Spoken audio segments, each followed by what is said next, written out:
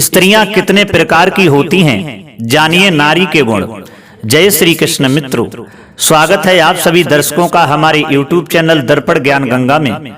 दोस्तों, इस वीडियो में आज बात करेंगे स्त्री के गुणों की तरफ कि स्त्रियां कितने प्रकार की होती हैं और इनके गुण एवं क्या धर्म होते हैं। अधिकांश ये प्रसंग स्त्रियों के लिए बहुत ही महत्वपूर्ण है, अतः इस प्रसंग को पूरा ही सुने। कहीं ऐसा मत करना कि आधा ही वीडियो चला करके छोड़ दो, वरना आपको संपूर्ण जानकारी नहीं मिल पाएगी सज्जनों। क्योंकि यही प्रसंग पंचवटी में माता अनसुईया ने जनक नंदिनी सीता को श्रवण कराया था। आइए अब आपका कीमती समय नष्ट न करते हुए इस प्रसंग पर ध्यान देते हैं। श्रोताओं, एक समय की बात है कि जब राम, लक्ष्मण और सीता 14 वर्ष का वनवास बिताने हेतु पंचवटी में पहुंचे हैं, तो अत्रि मुनि और उनकी पत्नी अनसुईया ने उनका बहुत आदर सत्कार किया। फिर माता अनसुईया ने सीता से कहा कि आज हम तुम्हें स्त्रियों का धर्म संक्षेप में समझाऊंगी, ध्यान से सुनो। फिर माता अनसुईया ने कहा, हे सीते, इस संसार में वेदों ने 4 तरह की पतिव्रता स्त्रियां बताई हैं। नंबर 1 उत्तम, नंबर 2 मध्यम, नंबर 3 नीच और नंबर 4 लघु। अब इनके गुण क्या हैं वो सुनिए। उत्तम नारी वो होती है जो अपने पति के अलावा पराये पुरुष को सपने में भी देखना पसंद नहीं करती है। ये उत्तम गुण वाली स्त्रियां होती हैं। मध्यम स्त्री वो होती है जो पराये पति के लिए गुरु, पिता, भाई और पुत्र के समान देखे। ये मध्यम गुण वाली स्त्रियां होती हैं। तीसरी होती है नीच वो होती है जो कुल, धर्म और लज्जा को विचार कर अपना नियम बनाए रखे। ये नीच गुण वाली स्त्रियां होती हैं।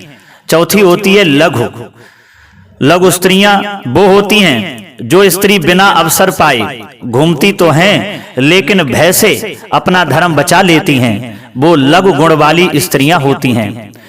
फिर अनसुईया ने कहा कि अब इनके धर्म क्या हैं, और जो स्त्री अपने धर्म को अपवित्र करती है तो उन्हें कौन सा नरक मिलता है वो सुनिए।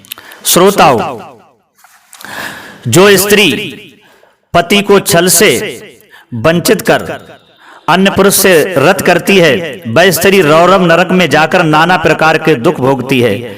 चाहे पति रोगी हो, चाहे वृद्ध हो, चाहे दीन दशा में हो, चाहे धनहीन हो, चाहे अंधा हो, चाहे वो बहरा हो, चाहे क्रोधी हो और चाहे बलहीन हो, ऐसे पति का भी स्त्री अपमान करे, वह स्त्री यमपुरी में जाकर अग्नि कुंड में डाली जाती है। स्त्री का एक ही नेम धर्म व्रत पूजाद है कि सभी प्रकार से पति देव की ही पूजा करे। माता पिता, गुरु, भाई, पुत्र आदि सभी हितैषी हद भर ही स्त्री को दान दे सकते हैं। एक ऐसे पति ही हैं जो स्त्री को सर्वस्व दान दे सकता है। पति के अपमान करने से स्त्री जहां कहीं पुनः जन्म लेगी, वहां बाल विधवा हो जाएगी। उस स्त्री को दुख राय नहीं चुकेगा, अतः जन्म जन्म वह विधवा होगी। इसलिए पति की सेवा, पति की आज्ञा पाकर निस्दिन पति का रुख ताकती रहे, पति के ही मत में चले, धर्माधर्म का विचार भी सदा करती रहे। पति से विमुख स्त्री जीवन में नाना दुख अपमान सहकर 84 लाख योनियों में भटकती रहती है। कहीं सूकरी बनकर विष्ठा खाती है और 9 बच्चों को पेट से पैदा करती है। अतः जो नियम स्त्रियों के लिए कहे गए हैं, वही नियम पुरुषों के भी सिर पर सवार हैं। इसलिए स्त्री पुरुष दोनों अपना धर्म विचार कर प्रेमा आनंद से रहें। और बताया है कि स्त्री पुरुष दोनों के बीच रंचक भी भेद नहीं रहना चाहिए, क्योंकि कपट से मन और खटाई से दुग्ध फट जाते हैं। ये वेदों का मत है। क्योंकि पतिव्रता का ही बल पाकर राक्षसी होते हुए भी तुलसी बनकर भगवान के ही शीश पर 24 घंटा चढ़ी रहती है। पतिव्रता धर्म के ही बल से है सती लज्जावती ने सूर्य को रोक दिया था जब सब देवता व्याकुल हो गए थे। ये कथा तो प्रसिद्ध ही है। सब देवता शरण में आए, तब उसने अपने पति के जीवित होने का देवों से प्रण करवा लिया, तब सूर्य को चलने दिया। माता अनुसुईया की कथा तो सभी जानते हैं कि जिसने ब्रह्मा, विष्णु और शंकर तीनों देवों को बालक बना दिया था। श्री सीता जी तो राम रूप संसार की माता हैं। ये धर्म की बात तो अनुसुईया ने संसारी स्त्रियों के लिए ही कही गई है।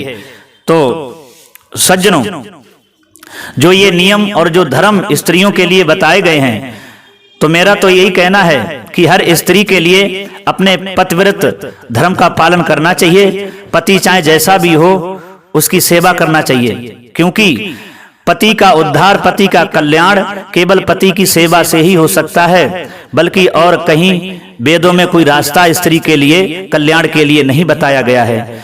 तो दोस्तों, कैसा लगा हमारा ये ज्ञानवर्धक प्रसंग?